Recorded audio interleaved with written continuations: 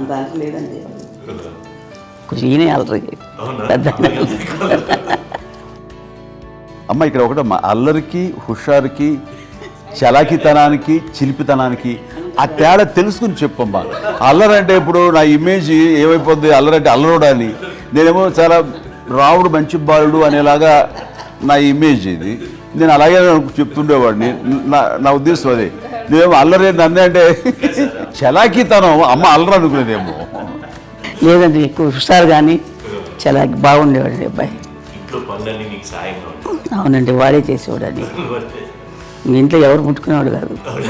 మా నాగబాబు అస్సలు ముట్టుకునేవాడు కాదు.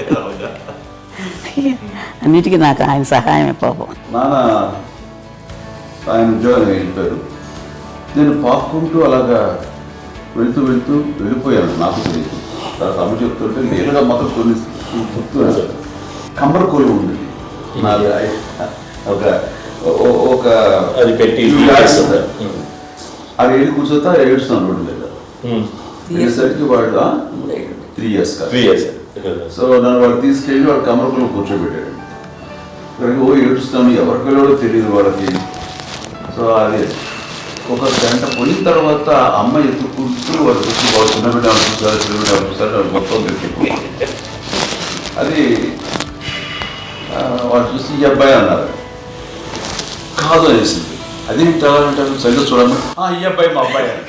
ఏంటమ్మా అంటే ఆ కమర్గోలులో కింద కూర్చోబెట్టాడు కదా, బస్ అంతా పూజిస్తున్నాగా అయిపోయింది. అంటే రంగని కాదు కానీ ఆ కబరపొలంలో కూర్చోబెట్టడానికి అవి మసిగిస్తూ ఇంకా నల్లగా అయిపోయింది.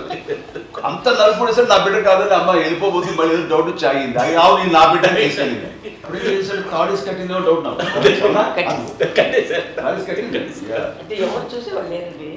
అమ్మేమో అల్లరు అనుకునేదండి. నాకేమో చిన్ననాటి మహాభాగవతం కృష్ణుడి కార్యక్రమం అనుకుంటాను.